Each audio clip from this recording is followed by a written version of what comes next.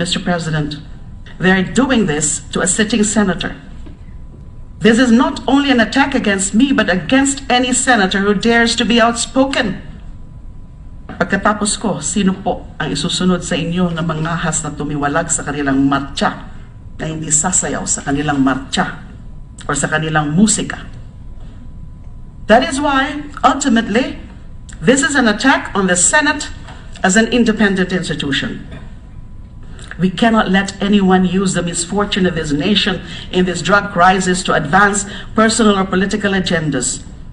We cannot let anyone use the drug crisis we are now facing to silence all dissenting voices. If we let anyone do this, there will be no single voice left to warn us of our backslide to the depths of barbarity. We do not want a situation where not a single dissenter is left to remind the people that they have just traded the drug crisis with another one, the crisis of our failed humanity as a nation.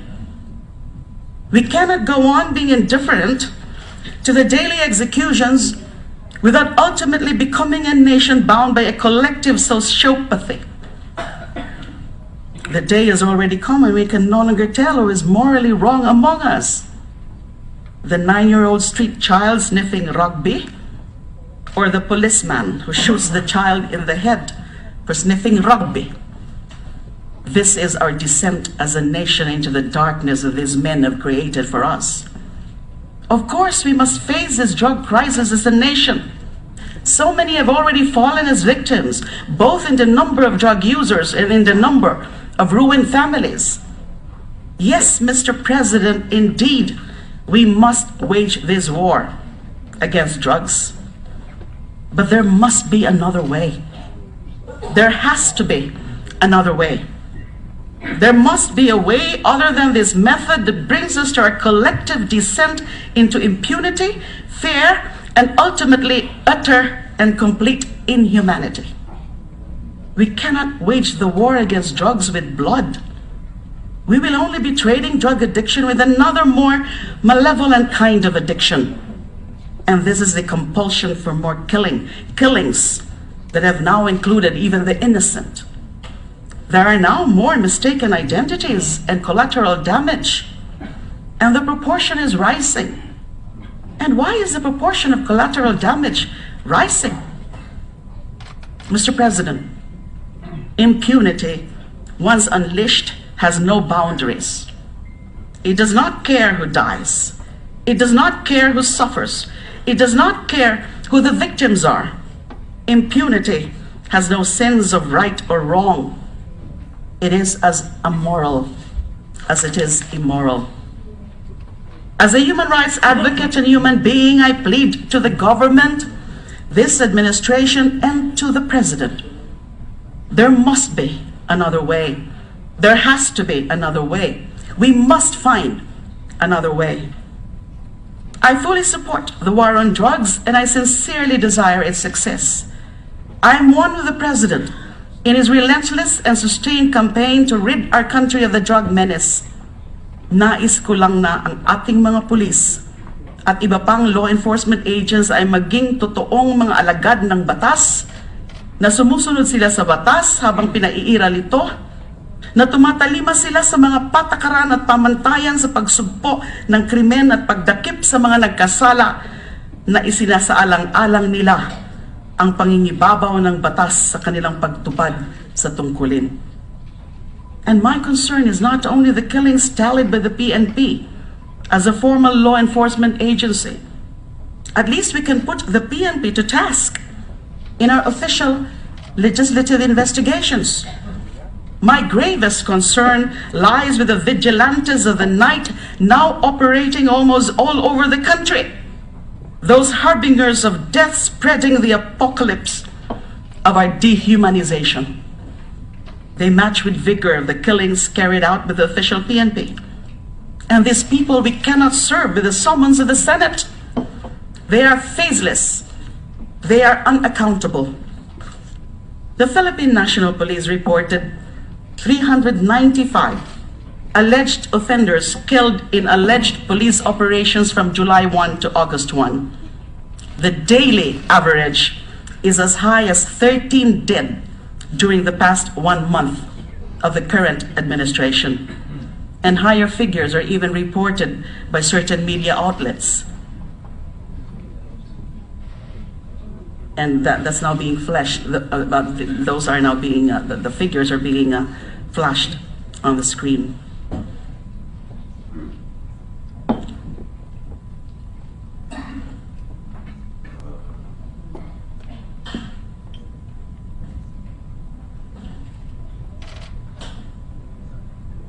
I am not saying that all of the killings are summary executions, but there are telltale signs that several are.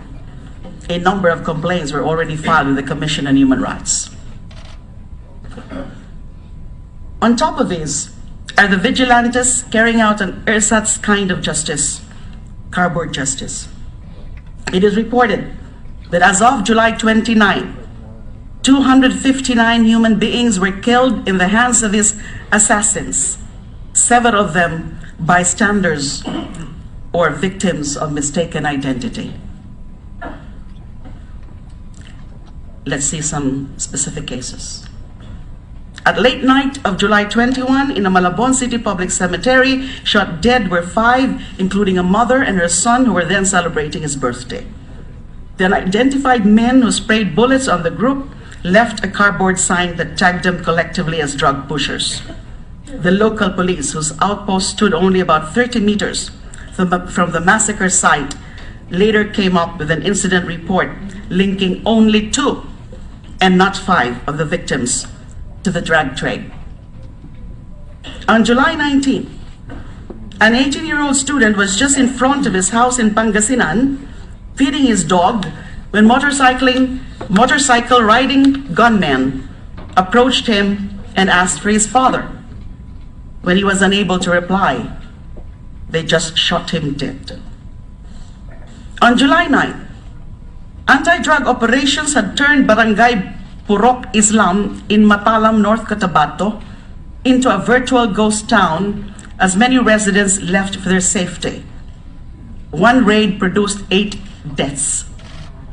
At 2 a.m., heavily armed policemen barged into a house of drug suspects where they were asleep. Some residents claimed that the victims were summarily executed in their bedrooms. A mother of the 2 victims said, I quote, "It was an overkill. My sons were unarmed. We were treated like animals." End of quote. From July 8 to 9, 3 bodies were found separately in Manila with cardboards attached to them saying, "Pusher, hold up for the ko, huwag tularan." The first body was found under a bridge in Santa Cruz, the second in front of the Metropolitan Theater, the third in front of a golf course in Bonifacio Drive. Their bodies were wrapped in packing tape and bore stab wounds. On July 6, 2 women and a man were found dead at an irrigation canal in Llanera, Nueva Ecija. They were found floating in the waterway, blindfolded and hogtied. They were claimed to be part of the municipal drug watch list. At around 3 in the morning of July 5 in Muntinlupa City, 2 brothers were killed by the police.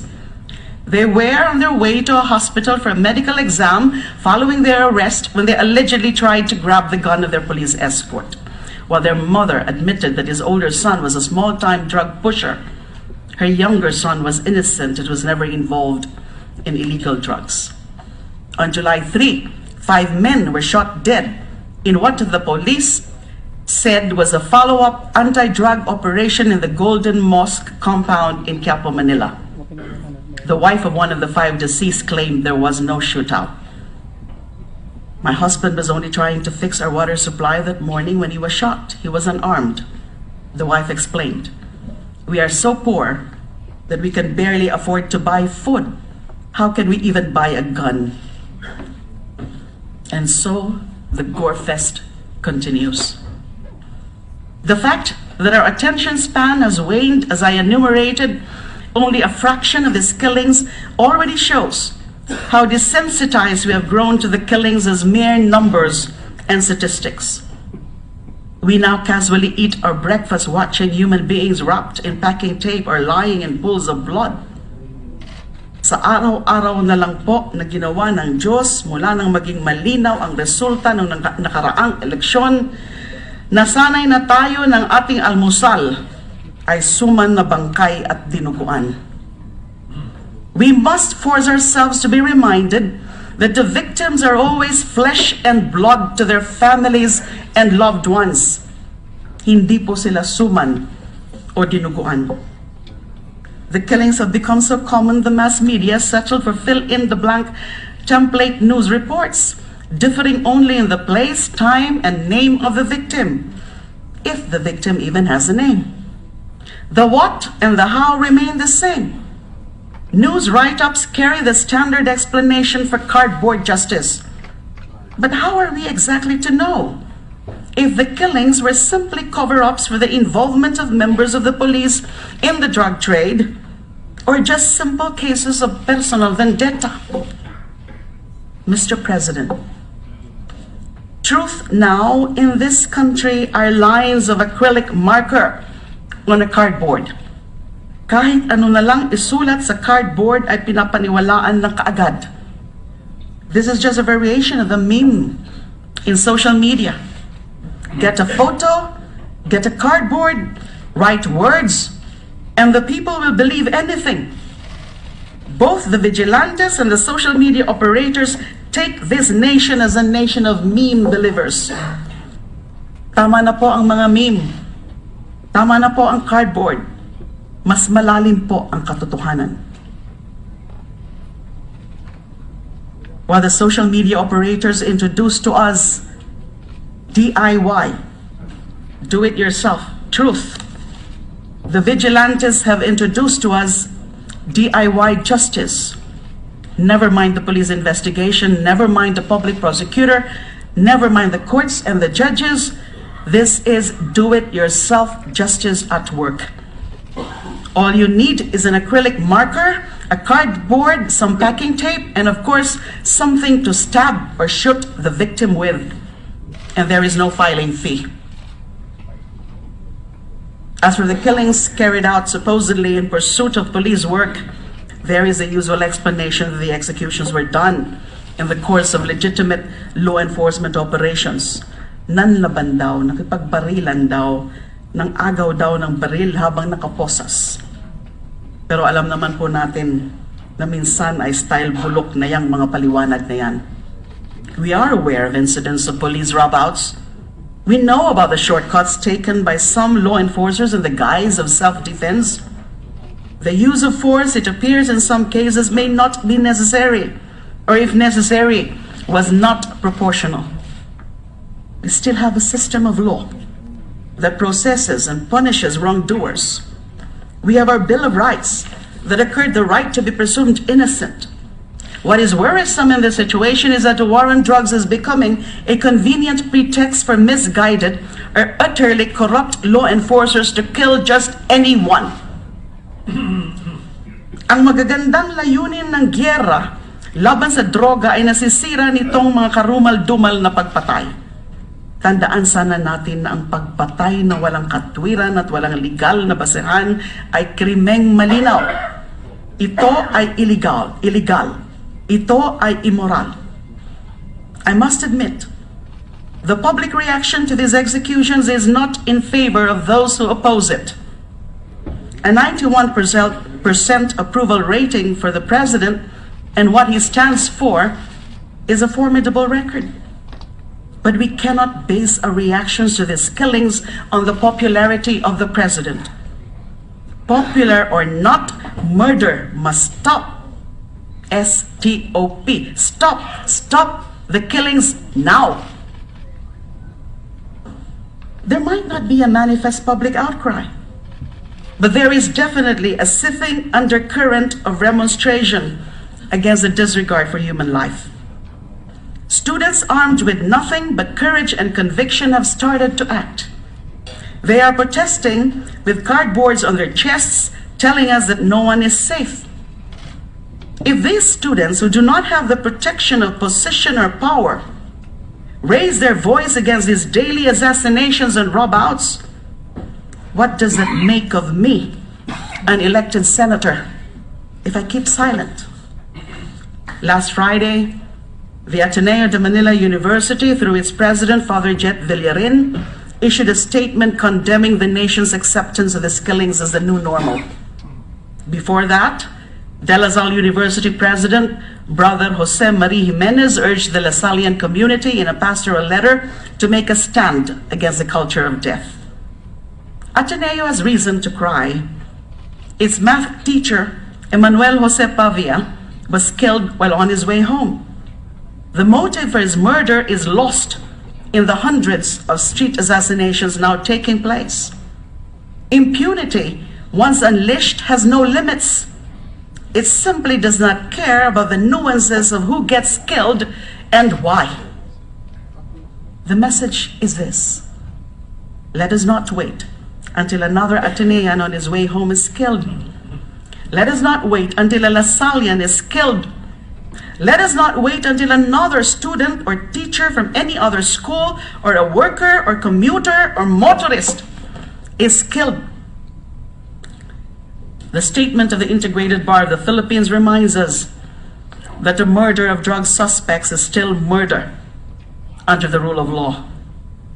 My own former office, the Commission on Human Rights, led by Chairperson Chito Gascon, has already taken steps to investigate cases of mistaken identity and collateral damage, aside from cases where families of drug suspects had courage enough to file complaints.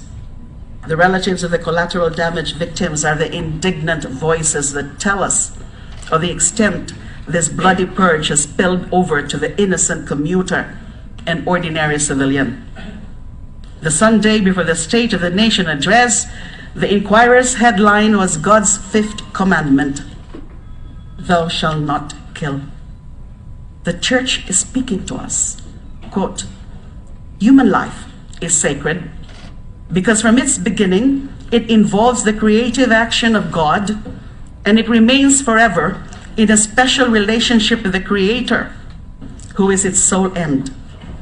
God alone is the Lord of life from its beginning until its end. No one can, under any circumstance, claim for himself the right directly to destroy an innocent human being. End of quote.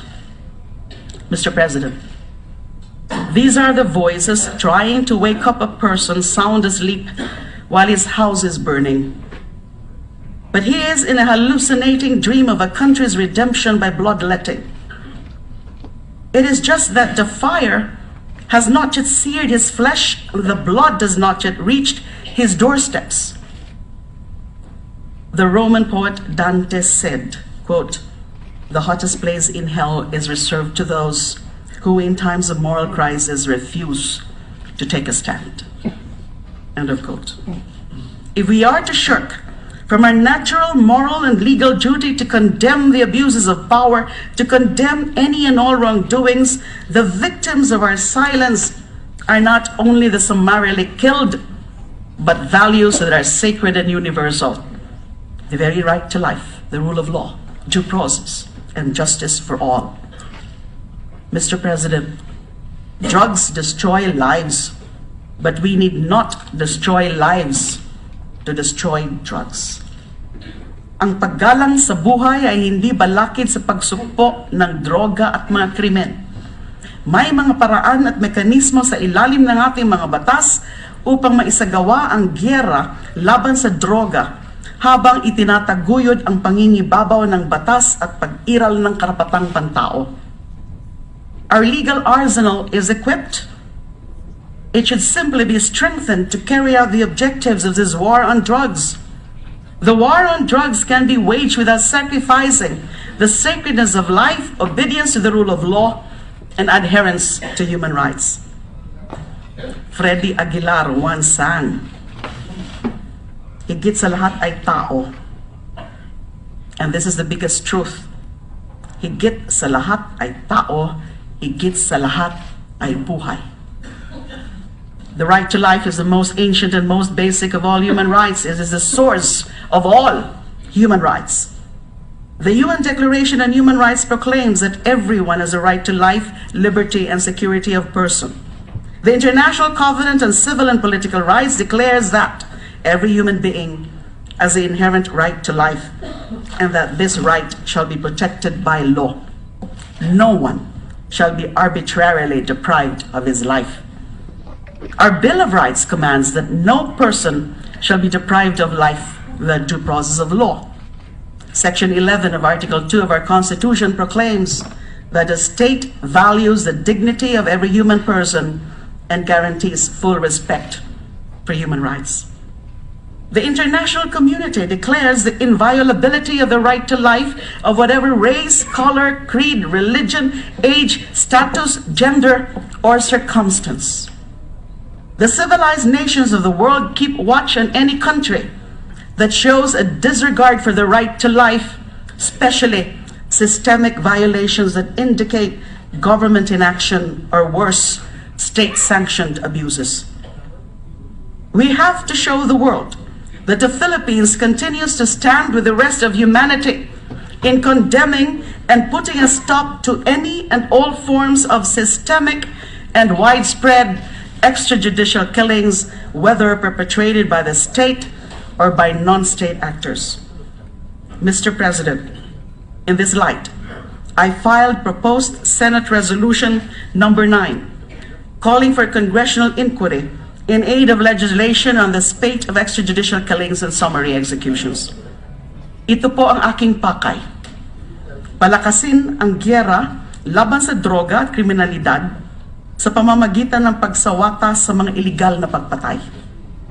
Magpanukala ng mga nararapat na batas at alituntunin upang tulungan ang ating kapulisan sa kanilang tamang pagtupad ng tungkulin. At higit sa lahat, palakasin pa ang sistema ng ating mga batas para matiyak ang pag-iral ng batas at paggalang sa karapatang pantao. Malinaw po na ang laban na ito ay hindi lamang pansariling laban ni Leila de Lima. Ito ay laban ng mga karaniwang Pilipino para sa pagbabago, para sa pagyabong ng buhay, para sa kaginhawaan ng pamilya, para sa katiwasayan ng pamayanan, para sa kaayusan ng pamahalaan at para sa kabutihan ng lahat. If this administration is sincerely concerned about the spate of killings of suspected criminals, as it pronounced once before the media, then it should welcome the Senate inquiry. However, even before any Senate resolution was filed, the Solicitor General and the PNP chief have already made pronouncements that they will not attend any Senate inquiry even when invited or summoned. The premature position of some administration officials is regrettable. The bloody drug war advocates are fomenting a hate campaign against those in the media, civil society, the religious and private sectors, and the academe. Despite this hate campaign, we have to continue opposing the murder of the innocents as well as that of the suspects. We must call for the accountability of state actors responsible for this terrifying trend in law enforcement and the investigation of killings perpetrated by the vigilante assassins. In the campaign against criminality, we cannot applaud criminal methods merely because we are left unaffected. Life has more value than an accusation written in a piece of cardboard, whether you are rich or a scum of the earth. Mr. President, needless to say, all lives matter. Katulad po ng pagmamahal ko sa aking dalawang anak at sa dalawa kong apo, mahal ko po ang bayang ito. Katulad po ninyo, mga kapwa ko senador, mga kababayan, mahal ko ang bayang ito. Katulad po ninyo, mahal na Pangulong Rodrigo Duterte, mahal ko po ang bayang ito. Hayaan niyong akong mahalin ang bayan natin sa pamamaraan na naaayon sa aking damdamin at sa aking tungkulin. Hayaan niyo akong maging boses ng mga hampas lupang walang kapangyarihan dahil marami na sa atin ang boses ng mga nasa kapangyarihan. It is the powerless and the helpless who most need our love and protection, not the powerful. My fellow senators, Mr. President, that is what we are in power for. Kaya po tayo binigyan ng kapangyarihan bilang mga senador para mahalin ang mga walang kapangyarihan at tulungan sila na sagipin ang kanilang sarili mula man sa pag-abuso ng droga o sa pangkalahatang paghihirap sa buhay. Ang ating kapangyarihan ay para sa mga walang kapangyarihan. Ang ating pag-aruga ay para sa mga nangangailangan ng ating tulong at pag-unawa. Magandang hapon po sa inyo lahat. Thank you. Majority Leader. Mr. President. Senator Cayetano is recognized.